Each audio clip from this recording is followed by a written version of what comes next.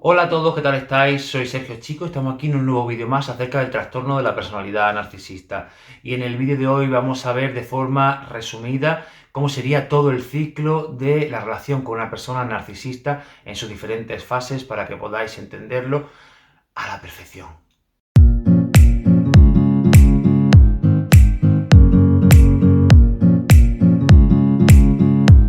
La primera fase que se da en una relación con todo narcisista sería la fase de idealización, que es cuando comenzamos la relación con esta persona. Insisto una vez más en que cuando me refiero a relación con una persona narcisista, me refiero tanto a sexo masculino como a sexo femenino, como una relación laboral, como una relación personal, como una relación íntima, ¿vale? Durante esta fase es muy frecuente y ocurre en todos los casos el love bombing o bombardeo amoroso. En resumidas cuentas, durante la fase de los bombing, el narcisista lo que hace es que llena de atención y de halagos a la víctima, se pone en contacto con ella a diario y varias veces de una manera totalmente incesante, y además este contacto se suele prolongar durante bastantes horas. Es muy común que durante la fase de los bombing el narcisista te bañe de halagos, de piropos, te ensalce por todo lo alto. Es como que parece que de repente y casi de la nada y sin apenas conocerte, porque se produce desde el minuto cero de conocerlo, se hubiese formado una conexión totalmente imparable y muy intensa con esta persona. También se da en esta fase, por ejemplo, una enorme prisa por la intimidad. Y en este sentido no me refiero únicamente al tema del sexo, sino que es muy frecuente que la persona narcisista te cuente cosas muy íntimas para lo pronto que lleváis conociéndoos, y eso, que lo haga desde un momento muy temprano de la relación. El primer día puede contarte a lo mejor anécdotas muy duras de su infancia, de problemas familiares. Te lo hace normalmente demasiado pronto y... Normalmente en las fases iniciales de una relación las personas lo que solemos hacer es hablar de nuestros gustos, de nuestras aficiones, y en este sentido, como te digo, los narcisistas te van a contar cosas pues muy íntimas, por ejemplo su divorcio anterior, lo traumática que fue la relación anterior que tuvieron, los malos que fueron siempre sus exparejas, un suceso muy traumático que haya tenido en la infancia, lo mala que es la relación con su madre.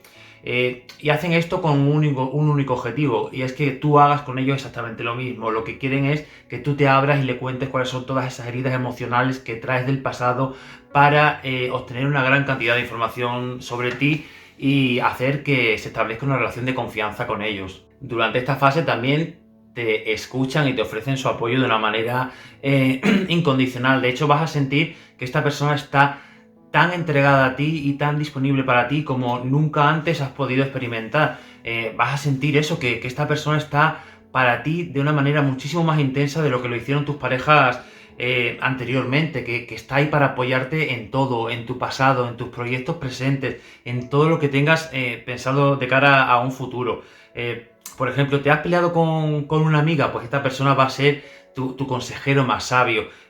Si has tenido un día malo en el trabajo, te va a apoyar, te va a hacer ver lo buena trabajadora que eres, que el problema es de tu jefe. Yo qué sé, por ejemplo, también suelen darte eso, pues un hombro en el que llorar, y lo que hacen es focalizar toda la atención que tienen sobre ti. Entonces, claro, nos quedamos encantados de haber encontrado una persona de tales características. Durante esta fase también se produce un proceso de almagemelización, que también es conocida esta técnica como el mirroring en inglés, y es que lo que va a intentar esta persona es hacerte creer que es literalmente tu alma gemela. Y esto se extrapola a conversaciones, a las acciones que llevan a cabo. Por ejemplo, si te gusta la equitación, pues esta persona te va a decir que ellos saben, o si no saben, que tienen muchas ganas de probarlo. Si tú eres, por ejemplo, una persona que eres muy sensible, muy cariñosa, muy romántica, te van a diseñar planes edulcorados al máximo y súper románticos. O, por ejemplo, si les dices, ay, pues tengo muchas ganas de ir a tal país en X tiempo. ¡Ah! Pues el sueño de mi vida también es siempre ir a este país porque me encanta. Van a proyectar todo lo que tú dices de forma en la que ellos parezcan que también son exactamente igual que tú y que están diseñados a imagen y semejanza para ti.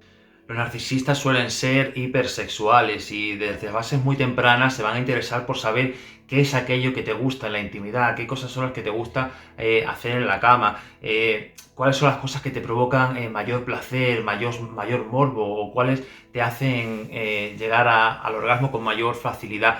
Van a desplegar de una forma muy creativa toda la riqueza de la que disponen en este ámbito. Es que recuerda que los narcisistas son personas que están muy entrenadas en el ámbito sexual. Esto hará no solo únicamente que disfrutes del sexo, de que te puedan dar un buen sexo, no en todos los casos, pero es muy frecuente. Porque ellos además se van a esforzar en este campo porque son plenamente conscientes de que el sexo es uno de los enlaces que más pueden unir desde el punto de vista tanto físico como emocional a una pareja. Bueno, vamos a entrar en lo que sería la segunda fase de la relación con una persona narcisista, que es la fase de devaluación. Esta se puede producir bien de forma encubierta en la intimidad, en la que solo tú eres consciente y de cara a la galería, o sea, todo lo que ocurre fuera de la relación, esta persona es una persona completamente normal, simpática, amigable, divertida, mientras que tú estás disfrutando del monstruo en casa, o por el contrario, también se puede producir de una forma abierta, ¿vale? Es muy común que durante la fase de evaluación las personas sintamos que debemos andar sobre ascuas con el narcisista, porque es como que a la mínima acción que llevemos a cabo con esta persona que no sea de su agrado, es como si se accionara un botón y se despertase una enorme ira y un gran desprecio, incluso una sensación de rechazo hacia nosotros, y eso lo sentimos. Y es que la relación se ha vuelto literalmente como si fuera un campo de minas para las personas que estamos con un narcisista. Es que estamos con pies de plomo viendo dónde pisamos para no activar toda la ira de esta persona. Por eso es muy frecuente que durante esta fase se despierte, como te digo, una enorme ira, que puede ir desde una ira verbal a una ira no verbal, con miradas, con castigo de silencio, con infidelidades, con abuso de tipo psicológico, incluso físico y sexual en los casos más graves. Durante la fase de devaluación es cuando se lleva a cabo la triangulación narcisista, y es cuando el narcisista además nos suele ser infiel. Déjame decirte que aunque es muy probable que el narcisista te engañe durante toda la fase de la relación, en esta es muchísimo más frecuente y es cuando podemos verlo de una manera más obvia. Por ejemplo, podemos empezar a ver mensajes con otras personas en las redes sociales, que están mucho más posesivos y más con el teléfono escondido, que han cambiado la clave de la pantalla, que de repente empiezan a quedar con nuevos amigos que tú desconocías. Como te digo, pueden triangular y hablarte de amigos que a lo mejor en un montón de meses, o de amigas que jamás te ha hablado sobre ello. Te puede decir que ha quedado con su expareja para tomar un café y ver qué tal. En fin, un montón de técnicas con las que pueden hacerte entrar en una especie de competición por conseguir su atención, su admiración y su amor. También vas a empezar a ver en esta fase que son mentirosos patológicos, y es que los narcisistas mienten mucho y lo hacen de una manera compulsiva, porque forma parte de ese juego psicológico con el que pretenden crear confusión y caos a su alrededor. Las mentiras pueden ir desde cualquier cosa en plan inocente y absurdo, como mentirte que salen a una hora de trabajar y luego salen más tarde, como que de pequeño tenían tal mascota, cuando en realidad eso no lo han tenido nunca, o que han visitado tal país y no han estado nunca, hasta cosas realmente mucho más graves y más intensas, en las que se incluye, por supuesto, la infidelidad. También es frecuente en esta fase que el narcisista empiece a desplegar ese modo de vida parasitario que tanto les caracteriza, y empiecen a intentar obtener todo aquello que quieran de ti, desde atención, desde sexo, incluso desde el punto de vista financiero. Van a intentar aprovecharse de ti, porque incluso aunque el narcisista gane 5 veces más que tú, se las va a ingeniar para que seas tú quien pague la comida, para que pagues tú las vacaciones, y luego quedan en dártelo a medias y al final generan un enfado para que no pagarte lo que te deben. Siempre van a intentar sacar todo el beneficio posible de las personas de las que se rodean, porque tenemos que entender que para ellos no se están rodeando de personas. Los narcisistas se rodean de objetos que usan a su antojo. Y es que también durante esta fase es cuando se suele producir las técnicas de manipulación que suelen usar, y sobre todo una de las más peligrosas y más dañinas, que es el famoso gaslighting, en el que intenta que la víctima llegue a dudar completamente de sí misma. te va a decir frases como a mis padres no les gusta cómo vas vestida, o todos nuestros amigos piensan que eres una persona muy insegura y muy celosa, míratelo porque eres bipolar, frases de ese estilo, en las que tú llegas a interiorizar que esto es cierto. Ya entraríamos en la siguiente fase, que sería la fase de descarte, que sin duda es una de las más dolorosas porque llega el fin de la relación. El narcisista siempre suele descartarnos cuando la persona que está con ellos quizá más vulnerable y más rota se siente, y lo suelen hacer de un día para otro, sin avisar, sin tener una charla previa en la que se exponga que la relación está mal, que hay cosas que se deben trabajar. Y la verdad que esto nos deja muy sorprendidos y muy desconcertados cuando ocurre, porque realmente no nos esperamos que esta persona vaya a cortar la relación.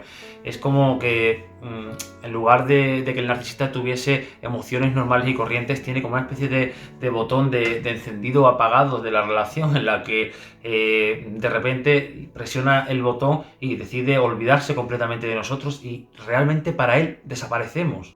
Aquí la fase de descarte es cuando es más frecuente, aunque se puede producir en todas las fases, el tratamiento de silencio, que es otra técnica de manipulación realmente tóxica y muy, muy, muy, muy dañina. De verdad que quien lo haya sufrido me vais a entender a la perfección, yo también lo he vivido. Y es una técnica en la que, bueno, en realidad es una forma de abuso psicológico, mediante la cual la persona narcisista lo que hace es que rompe y evita todo tipo de comunicación con la persona que está dejando. Y si no lo hicieron antes, durante la fase de evaluación, que es muy probable que también lo hayan llevado a cabo, lo van a hacer en esta, porque lo que quieren es acentuar esas ganas que tenemos las personas que nos relacionamos con ellos de que esta persona en algún momento nos vuelva a contactar y conseguir que sigamos alimentando la esperanza de su vuelta.